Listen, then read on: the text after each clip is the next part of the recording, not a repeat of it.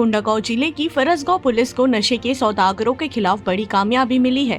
Police ने अंतर्राज्यीय गांजा तस्कर को गिरफ्तार कर आरोपी के कब्जे से करीबन 5 लाख रुपए का अवैध गांजा जब्त किया है। आरोपी को न्यायिक जांच के रिमांड पर भेज दिया गया। कोंडागांव जिले की फरसगांव पुलिस ने 23 जून को मुखबिर की सूचना पर थाना क्षेत्रांगत फरसगांव से बोरगांव के मध्य स्थित शिव मंदिर के पास एक गोल्डन रंग की Hyundai Santro car number CG10 JDD 3880 को संदेह के आधार पर नाकेबंदी कर रोका। उक्त वाहन को रुकवाने के दौरान चालक द्वारा वाहन किनारे करते समय चालक वाहन से उतरकर तेजी से जंगल में भाग निकला, जिसे पुलिस स्टाफ द्वारा तत्काल पीछा करते हुए जंगल में पता तलाश किया गया, लेकिन एक आरोपी जंगल पहाड़ी का आड़ लेकर मौके से फरार में सफल हो गया।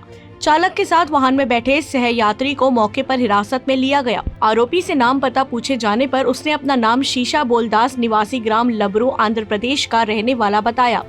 फरार आरोपी का नाम पूछने पर हिरासत में लिए गए व्यक्ति द्वारा बहादुर बताया। वहीं कार की तलाशी करने पर वाहन के पीछे डिक्की में भूरे रंग के सेलो टेप से पैक किया हुआ 25 पैकेट बरामद हुआ।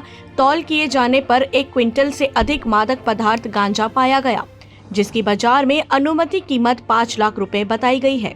फरसगांव से राम कुमार भारद्वाज की रिपोर्ट।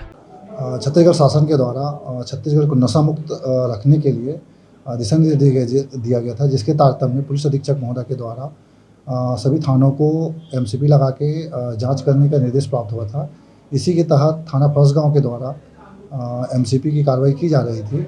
उसी दौरान एक सेंट्रो कार को रुकवाने पर नहीं रुकी और दूर जाके उसके चालक के द्वारा गाड़ी रोककर जंगल में फरार हो गया, जिस पर शक होने पर थाना प्रभारी एवं अन्य स्टाफ के द्वारा रुकवाया गया और रुकवाने पर उसके सहयात्री को पकड़ के जब सेंट्रो कार की तलाशी ली गई तो उसमें हमको गांजा बरामद किया गया। गांजे की वैध दस्तावेज उससे मांग की गई, किंतु उसके पास कोई वैध दस्तावेज नहीं होने पर NDPS के तहत कार्रवाई की गई है। आरोपी के साथ कोई अन्य भी था? अकेला? आरोपी के साथ एक चालक भी था, जो कि जंगल का आड़ लेते हुए फरार हो गया है।